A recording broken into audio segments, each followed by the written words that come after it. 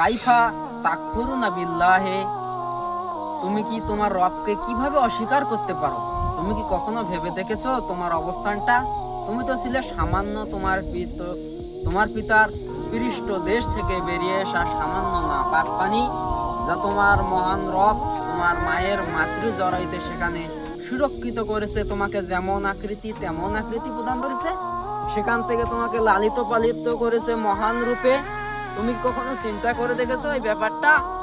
তুমি ছিলে অন্ধ, তুমি ছিলে ঠসা, তুমি ছিলে বোবা, তুমি ছিলে ল্যাংড়া। সেখানে তোমাকে মহান রব তোমাকে খাদ্যের ব্যবস্থা করে দিয়েছেন, তোমাকে হাঁটা চলার ব্যবস্থা করে দিয়েছেন। এভাবেই তোমাকে লালিত পালিত করেছেন তোমার মহান রব। তুমি যখন বড় হলে তোমার রবকে কিভাবে ভুলে গেলে?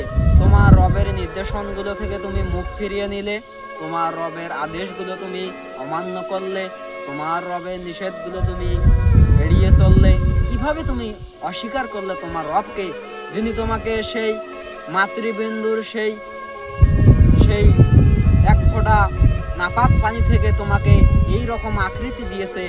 তুমি কিভাবে তোমার রবকে অস্বীকার করলে? তাই প্রতিটি মুসলমানের উচিত তার অবস্থানকে চিন্তা ভাবনা করে মহান রবের নিকট ফিরে যাওয়া, মহান রবের আদেশ এবং নিষেধগুলো মানার মাধ্যমে জান্নাতের মেহমানের মধ্যে অন্তর্ভুক্ত হওয়া। তাই প্রতিটি মুসলমানের উচিত মহান রবের আদেশ এবং নিষেধ মেনে চলা। মুসলমান ভাইরা কথা বলেন ঠিক কিনা?